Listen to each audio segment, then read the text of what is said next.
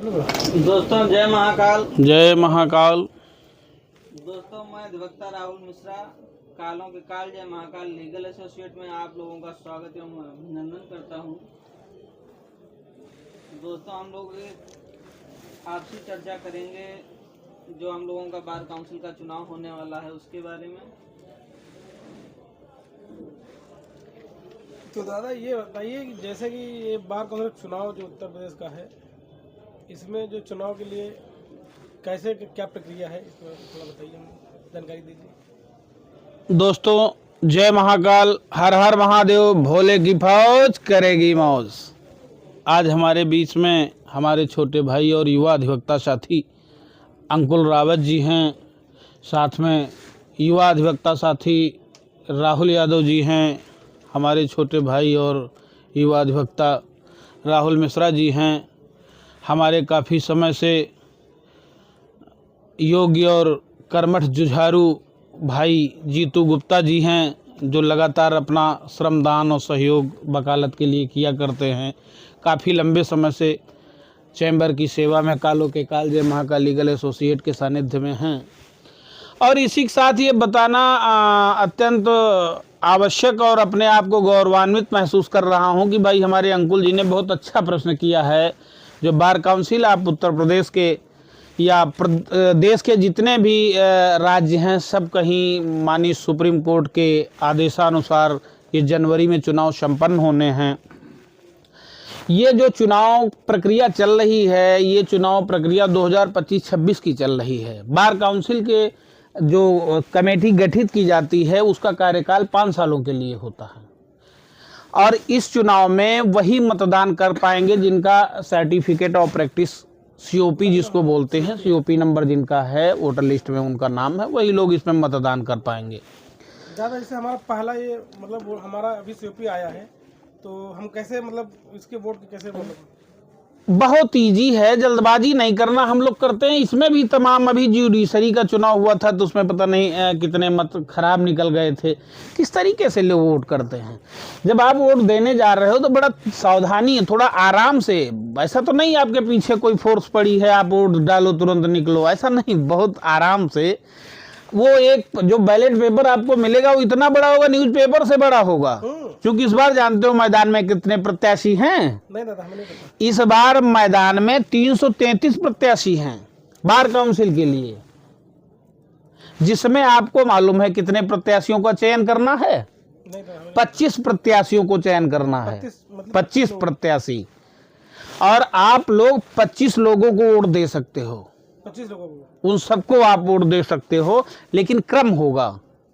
वो जो जिस प्रत्याशी का एक बैलेट पेपर मिलेगा उसमें आप गौर से देखेंगे, जो मिला कागज उसमें आप गौर से बैलेट पेपर लिफाफा खोलेंगे तो उसमें देखेंगे गौर से एक तरफ सब नाम पड़े होंगे, और उसमें एक गोष्ठक बना होगा। उसके आगे जैसे आप जैसे कहते हैं वरीयता क्रम का वोट, एक नंबर का वोट चाहिए, तो जिस खाने में 333 प्रत्याशी हैं उनके सामने गोष्ठक जो बना हुआ है उसमें एक नंबर आपको डालना है। चाहे आप उसमें 25 लोगों को वोट देना है आपका, अगर 26 में आपने नंबर डाल दिया तो आपका वो इनवैलिड हो गया वोट। 33 में से 26 लोगों को 25 लोगों को, हाँ। और उसमें उनके वोट देने का मतलब ना आप उसमें शब्दों का प्रयोग करोगे, ना आप सही गलत का प्रयोग करोगे, टिक लगाओगे कोई, केवल उसके आगे गिनती लिखनी है। जो गोष्ठक बना होगा उसमें आपको गिनती लिखनी है। जैसे यहाँ ये नाम, अदरवाइज अगर कोई 399 नंबर पे है और हम उसको वोट देना चाह रहे हैं,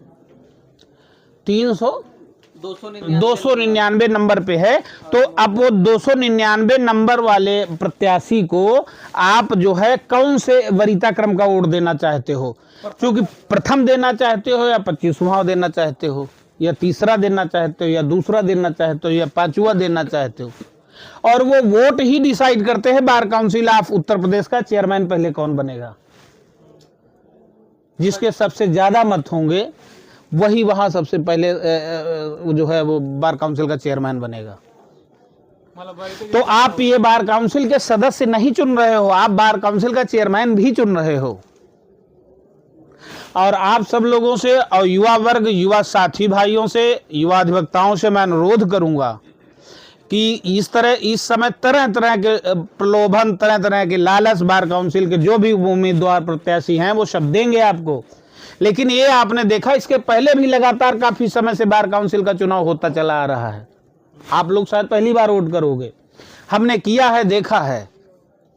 अब ये आपको ये चयन करना है कौन सा आपके मतलब के लोग हैं जो आपकी कोई जो सुविधाएं वहां से उपलब्ध हो सकती हैं, वो फैसिलिटी आपको मिल सकती है, कोई आपकी व्यवस्था है उसमें वो क्या सहयोग या व्यवस्था कर सकते हैं। जो भी आपको अच्छा लगे उस प्रत्याशी को आप वोट करिए, और जो कम अच्छा लगता है उसको दूसरे क्रम में डाल दीजिए, जो उससे कम अच्छा है उसको तीसरे क्रम में डाल दीजिए, और जो उससे कम अच्छा है उसको चौथे क्रम में डाल दीजिए, जो उससे कम अच्छा है उसको पांचवें क्रम में। इस क्रम से मतलब आप, और उसमें गोष्ठक में केवल आप क्रम लिखोगे कि इनको 1 नंबर का दे रहा हूँ, इनको 5 नंबर का।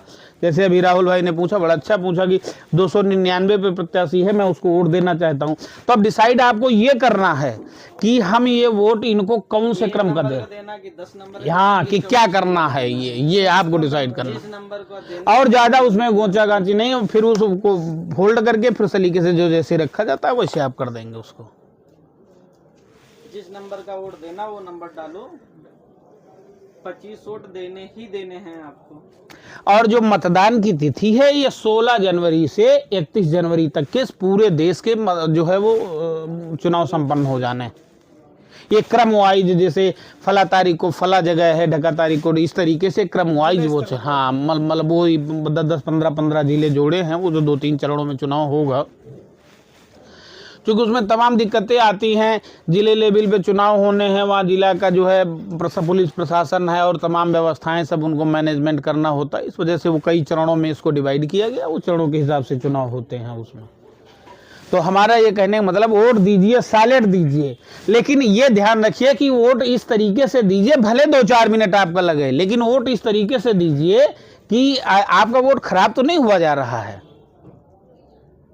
और जैसा कि है वहाँ के बायलाज में कि वहाँ पे मोबाइल, इलेक्ट्रॉनिक डिवाइस ऐसा कुछ ले जाना प्रतिबंधित रहेगा, तो आप लोग किसी ऐसे साधन का प्रयोग नहीं करोगे जो ले जाना प्रतिबंधित हो, क्योंकि चुनाव भी कैंसिल हो सकता है।